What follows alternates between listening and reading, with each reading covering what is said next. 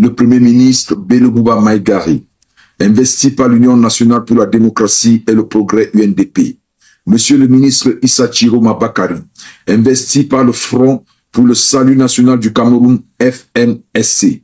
Madame Patricia Toyman Ndamjoya, investie par l'Union démocratique du Cameroun UDC. Monsieur Cabral Libi Ningue, investi par le Parti camerounais pour la réconciliation nationale PCRN. Monsieur Joshua Ossi, investi par le social-démocratique Front SDF. Monsieur Pierre Kwemo, investi par l'Union des mouvements socialistes UMS.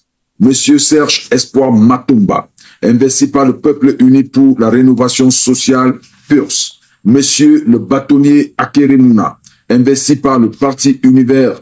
Monsieur Jacques Bouga Hagbe, investi par le Mouvement citoyen national camerounais MCNC. Monsieur Seta Katson Ateki, investi par le Parti de l'Alliance libérale PAL.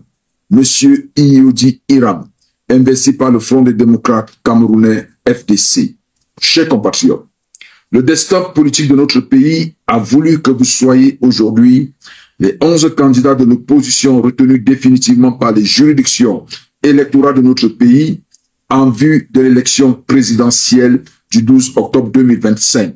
Et ce, au moment où le peuple camerounais, dans sa quasi-totalité, exprime un désir profond d'alternance après 43 ans d'une présidence du président Paul Biya. Vous êtes bien conscient qu'en allant à cette élection, aucun d'entre vous, même dans le cadre d'une candidature consensuelle, ne sera déclaré vainqueur à cette élection, même si les résultats dans les bureaux de vote vous seront favorables. Une chose est de gagner l'élection, une autre chose est de prouver votre victoire. Car, en l'état actuel de notre code électoral, les résultats des votes à l'élection présidentielle sont comptabilisés définitivement par une commission ad hoc administrative, dénommée Commission nationale de recensement des votes, composée essentiellement des fonctionnaires du ministère de l'administration territoriale, des magistrats fonctionnaires d'ailleurs qui le président, et des représentants délégués. Les représentants des partis politiques ne jouant que le rôle de simples figurants. En effet, quand bien même vous aurez surveillé les votes et obtenu des procès-verbaux dans les différents bureaux de vote, en cas de contestation devant la Commission nationale de recensement général de vote, seuls les procès-verbaux délégués seront pris en considération et vous n'aurez aucun moyen de contester, car vous le savez bien, dès que cette commission administrative des votes a fini de comptabiliser les votes à sa manière, les résultats sont mis dans une enveloppe fermée et lus simplement par le Conseil constitutionnel lors d'une audience solennelle. Il n'existe donc aucune possibilité de contester ces résultats dans aucune instance juridictionnelle ou judiciaire. Le contentieux des résultats n'existant pas au Cameroun, comme cela se fait dans d'autres pays africains. Et quand le Conseil constitutionnel, qui a pour simple rôle de proclamer les résultats arrêtés par la commission administrative de recensement de vote, aura rédigé son rapport de résultats, la Constitution dit clairement que les décisions du Conseil constitutionnel sont inattaquables, donc définitives. Dans un tel environnement juridique, je viens vous proposer ce que j'allais proposer, si vous me le permettez, aux autres candidats de l'opposition si ma candidature avait été déposée et retenue. C'est le seul moyen d'obtenir enfin une élection véritablement transparente dans l'histoire de notre pays.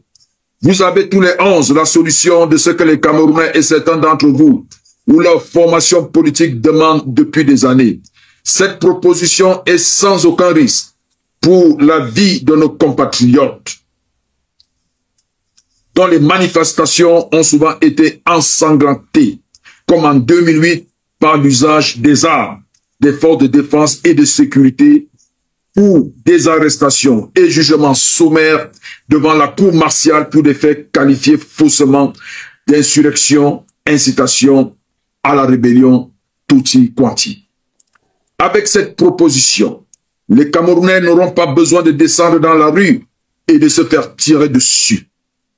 Je vous suggère, à cet effet, de rédiger ensemble et simplement, au cours d'une rencontre des 11, un mémorandum conditionnant votre participation commune à cette élection.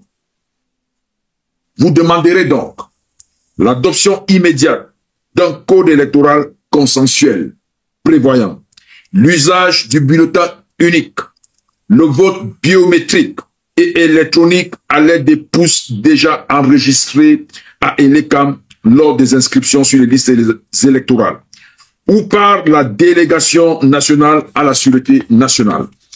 La suppression pure et simple des commissions administratives de compilation ou de recensement des votes, tant au niveau départemental qu'au niveau national.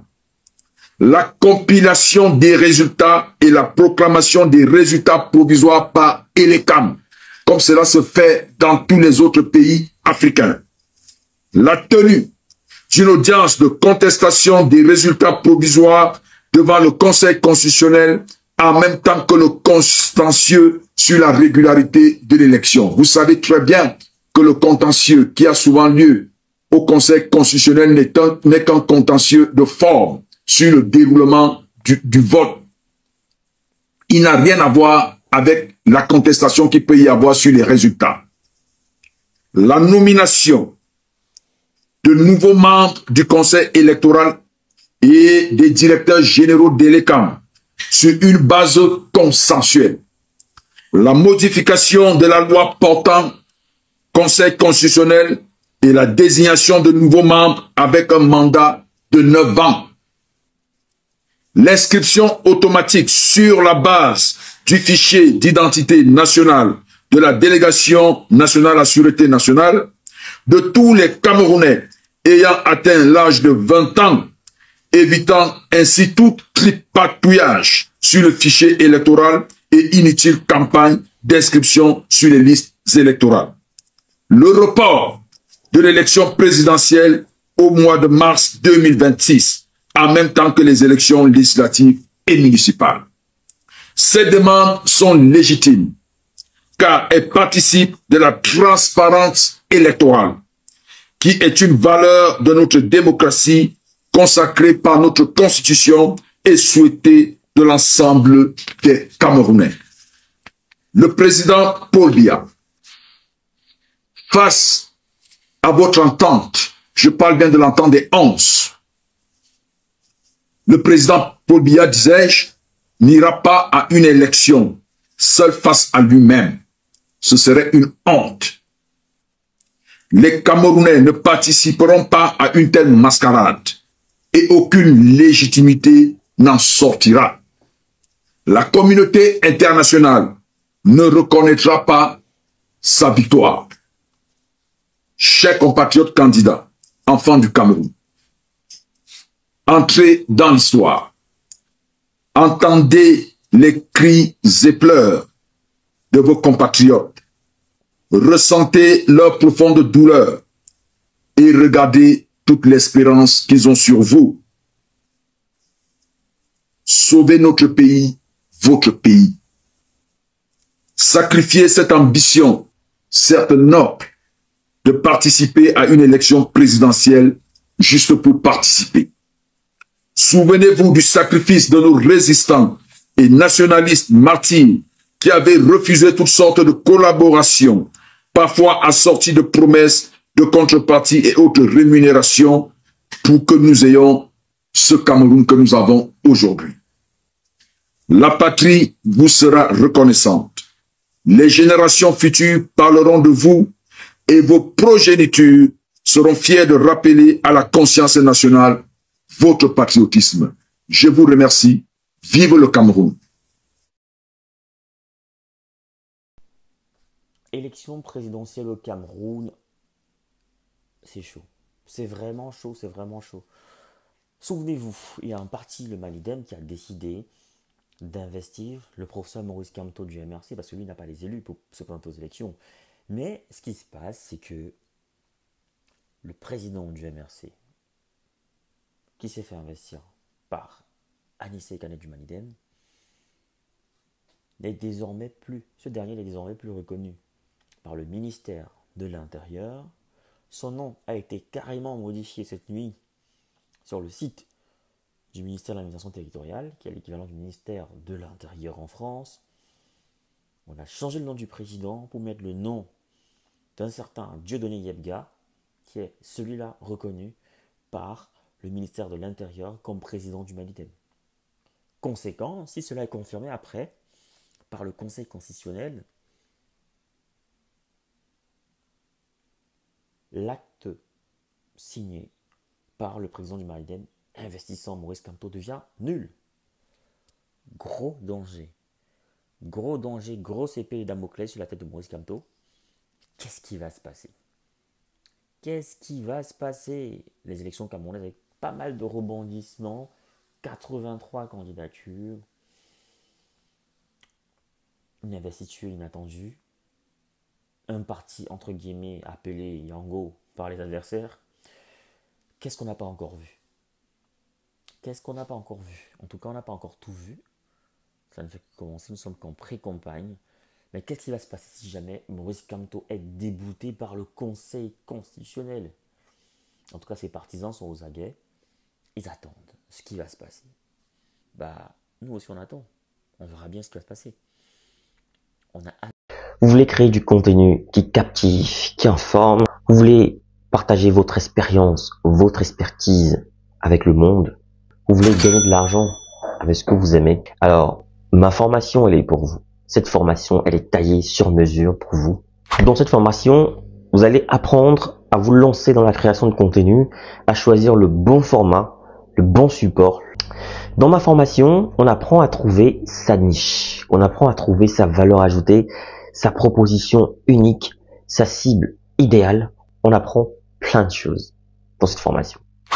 Dans ma formation, on apprend à trouver son rythme, on apprend à planifier son contenu, à optimiser son temps tout en restant motivé. C'est une formation accessible à tous, que vous soyez expérimenté, débutant, voilà, que vous vouliez créer du contenu audio, vidéo, écrit ou multimédia. Cette formation, elle est pour vous. Vous devez absolument l'apprendre. Alors cette formation est flexible, vous pouvez la suivre à votre rythme, selon vos disponibilités, vos besoins, vos envies. Elle ne coûte pas cher. 150 € pour tous les résidents en Occident et 75 000 francs pour tous ceux qui résident en Afrique. 75 000 francs CFA seulement. Alors qu'est-ce que tu attends? Souscris rapidement à cette formation parce que les places sont limitées à 50 places maximum et il y aura des formations chaque mois. Chaque formation dure 2 semaines minimum et 1 mois pour ceux qui ont du mal. Il y aura 2 semaines en plus de rémédiation pour essayer d'aider les autres. Alors, appelle ce numéro rapidement et surtout, écris à cet email pour souscrire à cette formation. Voilà, le numéro, je rappelle, 0467 81 59 18, précédé du plus 32. Donc, je reprends, plus 32 0467 ou alors plus 32 467 81 59 18, disponible bien sûr par appel et sur WhatsApp ou alors écrivez-moi tout simplement par mail pour souscrire à votre formation. Donc je vous attends nombreux et les places sont très limitées. Donc à très bientôt.